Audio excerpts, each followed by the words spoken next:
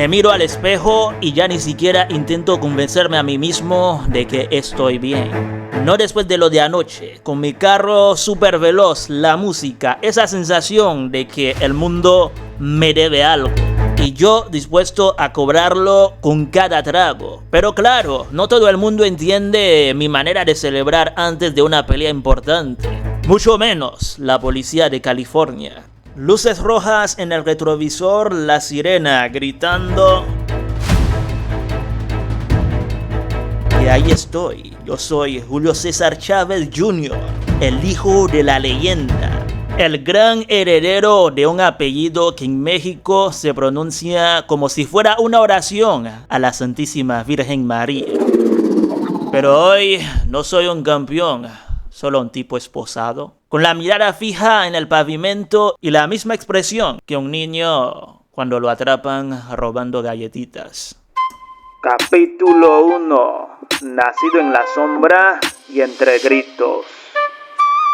Bienvenidos a Huevos Production, mi nombre es Joey y bueno chicos, en esta ocasión vamos a hablarles de una historia trágica pero que no deja de ser fascinante. Un interesante pugilista nacido en Sinaloa en el seno de una de las familias leyendas del boxeo mexicano, Julio César Chávez Sr., quien durante 25 años hizo lo que quiso en 3 categorías diferentes con un increíble poder y además movimientos impecables y un gancho al hígado bastante letal incluso para los pesos chicos. Y el César del boxeo llegó a alcanzar un impresionante récord de 89 victorias y tan solo un empate antes de retirarse tristemente en el 2005. Desde niño, Chávez Jr. estuvo inmerso en el mundo del pugilismo. Participaba en el espectáculo familiar junto a su hermano Omar.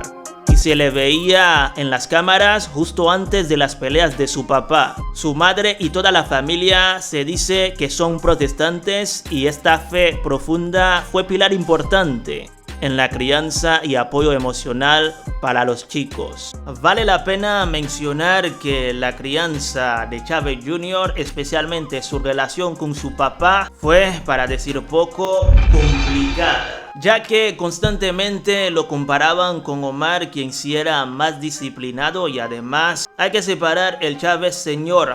padre versus el Chávez Sr. boxeo famoso y en México, por lo cual el tipo obviamente era una celebridad y se sabe de sus distintas romances, su adicción al alcohol, por lo cual además de severo y protector, no era un papá demasiado presente. Y esto, sin lugar a dudas, fue una tremendísima carga que marcó profundamente su camino dentro y fuera del ring. Muchacho Julio César Junior, entonces era la época cercana a la Navidad, había muchos amigos de Julio que estaban ahí en la puerta, en la banqueta, tenían un refrigerador lleno de cervezas y estaban ahí haciendo escándalo, y gritando en la calle, todo. Total, entramos, yo iba con mi hijo, entramos a la casa, un poco alterado, me acordé de una canción de Joaquín Sabina que habla de los hombres sin alma que pierden la calma con la coca.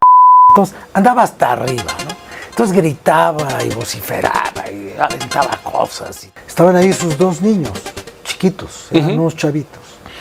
Y entonces le digo, oye, ¿de tus hijos quién va a ser boxeador? Julio. Julio estaba parado así cerca de mí. No, Julio, ¿qué?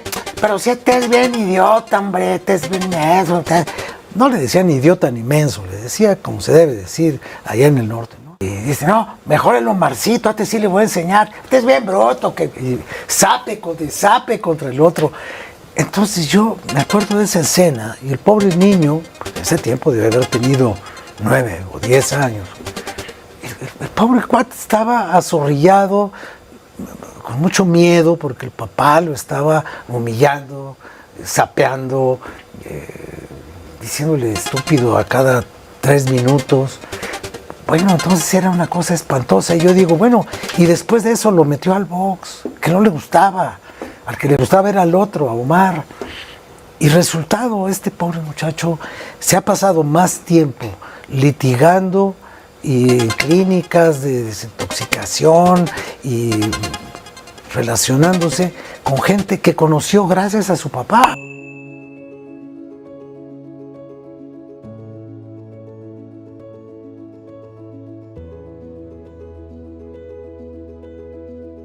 El apellido Chávez no era solo un regalo, era una sentencia. Imagina crecer sabiendo que tu papá no es solo tu papá, sino una especie de deidad. Una deidad con guantes. Y tú, bueno, tú pasas a segundo plano. Apenas eres un mortal con su sangre. En mi casa, las sonrisas no siempre eran para mí. Las miradas tampoco, porque todos sabían algo que yo también sabía. El elegido era Omar, y a pesar de yo ser el hermano mayor, el que tenía que probar que merecía cargar el apellido que ya llevaba. Y cuando tu sombra es más grande que tu luz, aprendes a boxear con fantasmas antes que con los rivales. Ser Julio César Chávez Jr. suena glorioso hasta que te das cuenta que para muchos siempre serás el otro.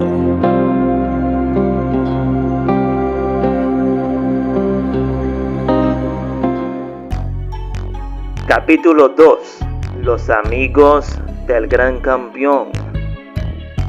En 2003, Julio César Chávez Jr. inició su carrera como profesional a la tierna edad de 17 años. Todo parecía un cuento predecible, el hijo del ídolo siguiendo el camino marcado, pero sin una carrera amateur y sin las cicatrices del ascenso duro. Solo un gran apellido que abría puertas. Y claro, rival tras rival no eran amenazas, solo los que seguían en la lista. Durante años todo fue así.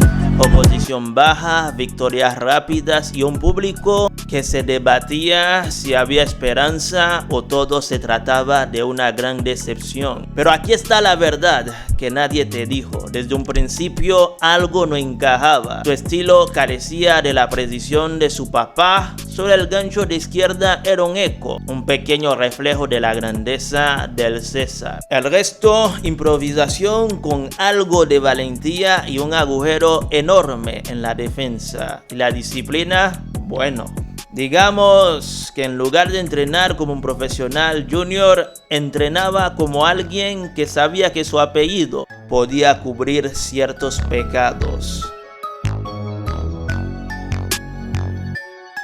En distintos momentos de su vida, especialmente en la final de su adolescencia y en sus primeros 20s, Julio César Chávez Jr. se movió en un mundo algo oscuro, donde su apellido era más que un nombre. Era una llave que abría puertas a fiestas privadas, mesas reservadas y reuniones donde el boxeo no importaba, salvo como excusa para acercarse al dinero, fama y excesos. En agosto del 2005, cuando Papá Chávez ya estaba coqueteando con el retiro, ocurrió algo. En el centro ceremonial otomí, donde el silencio del bosque apenas dejaba oír los golpes al costal, se dio una escena que nunca salió en las entrevistas. Un día, mientras el Junior entrenaba, entró al gimnasio un joven con camisa abierta, cadena gruesa en el cuello, ya saben, estilo rapero.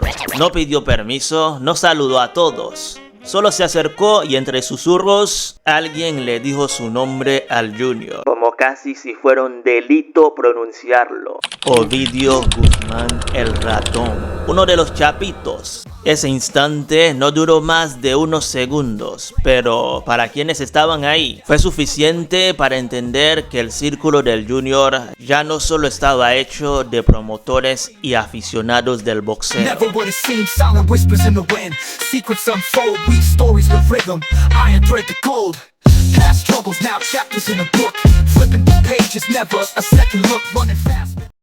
Capítulo 3.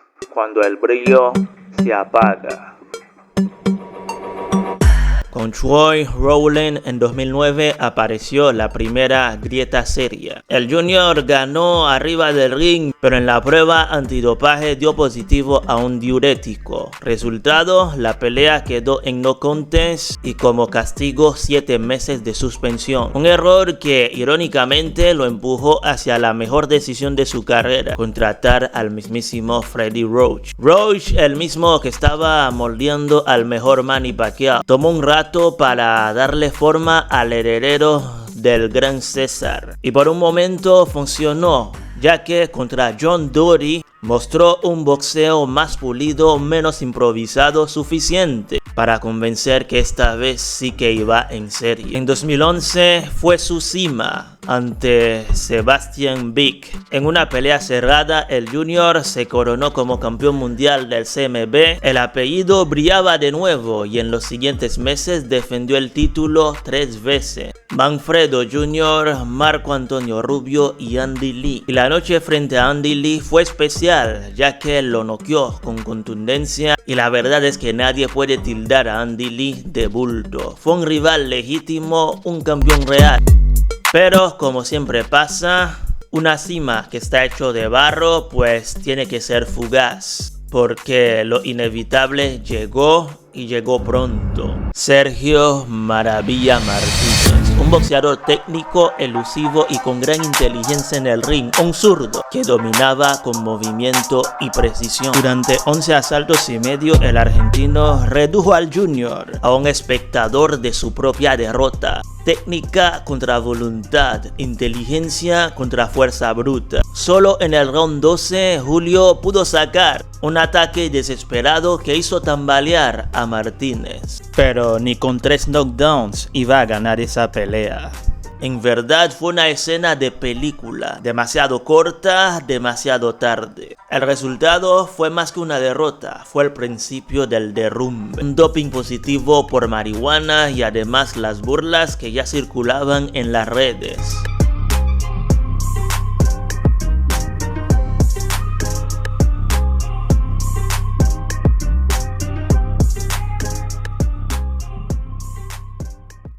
Disculpa por interrumpirte este mini docu sobre Chávez Jr., pero te quería lanzar un reto fitness de 28 días que muy probablemente el Chávez Jr. no cumpliría, ya que sabemos que el Chávez Jr. no es el Canelo ni Floyd Mayweather, quienes son bestias del entrenamiento. ¿Eres tú así de disciplinado como ellos? Bueno, esperemos que sí. Este reto fitness consiste en bajar de peso, tonificar, aumentar tu musculatura, como yo ya lo he estado haciendo hace unos cuantos años. Aquí hay físico, así que nada, te lanzo ese reto, el link estará abajo en la descripción y nada, sigue disfrutando el vídeo.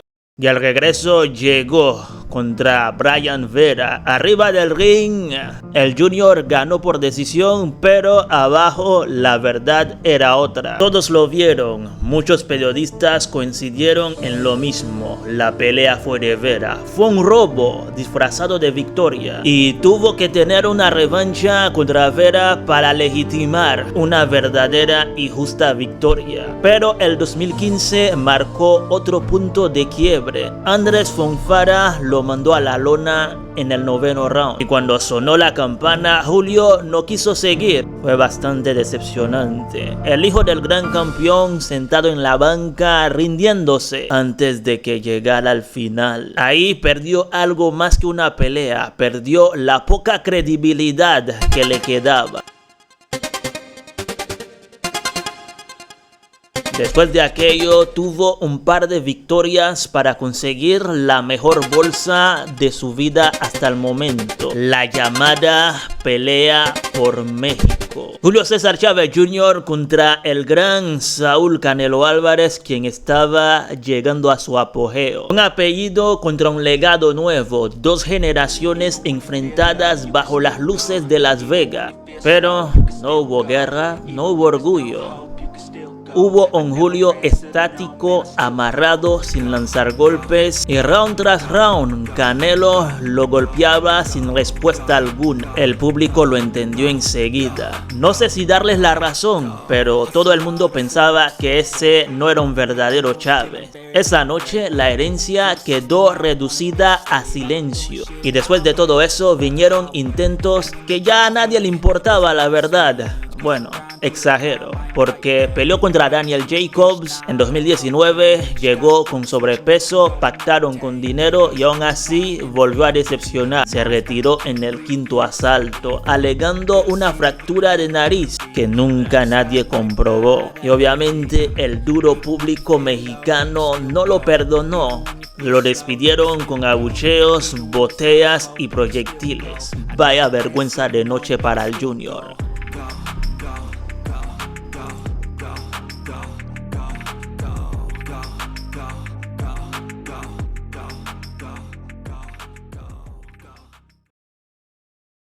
Capítulo 4. El último puñetazo.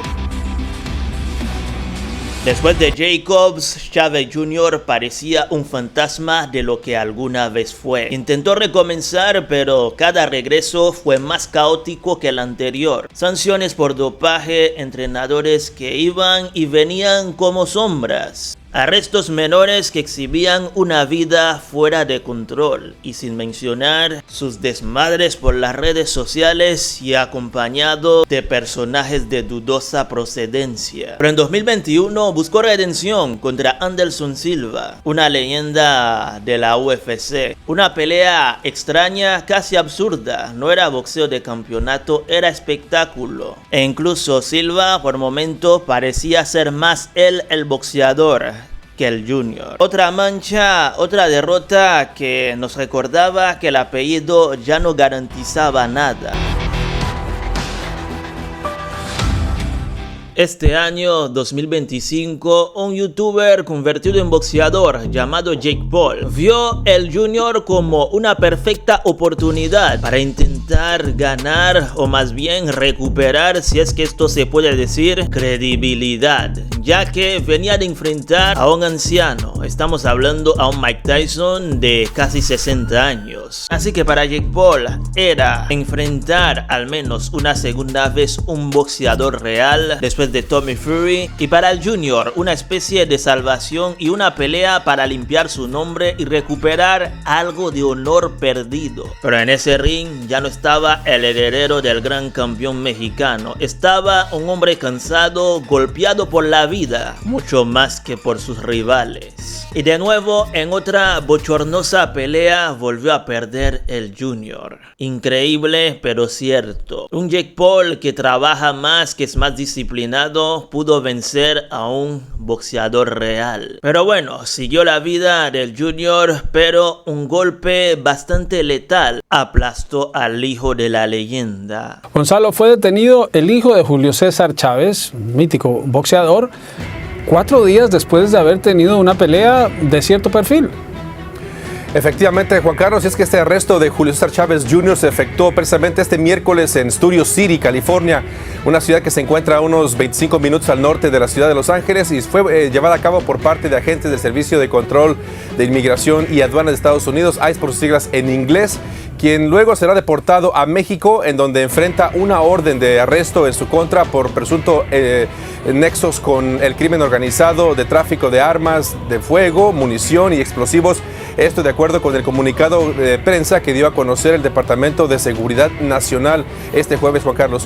Una orden de aprehensión que precisamente la Fiscalía General de México avala a través de un mensaje que dio a conocer en su cuenta X, donde dice que desde marzo de 2023 se giró dicha orden de aprehensión en su contra por dichos cargos. La Fiscalía en México lo señala como ajustador de cuentas del cártel de Sinaloa. Dicen que obedecía órdenes del Nini, una especie de subjefe de aquel cartel, y usaba al Junior para golpear a los enemigos como si fueran costales de boxeo. Un eco macabro de su propio oficio convertido en tortura.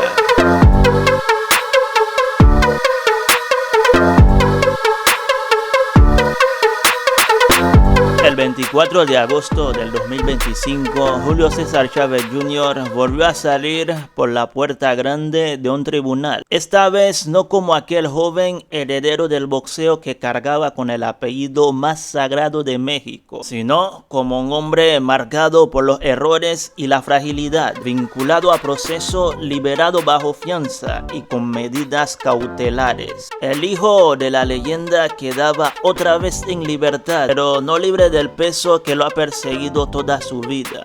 Porque la historia de Chávez Jr. nunca fue solo sobre peleas, victorias o derrotas. Fue más bien una guerra constante contra sí mismo, contra las adicciones, los excesos, las malas decisiones y la sombra imposible de igualar a su padre. Una batalla donde el ring dejó de ser cuadrilátero y se transformó en la vida misma. Su liberación en agosto del 2025 no es un epílogo feliz y hasta el momento, chicos, este fue su último round.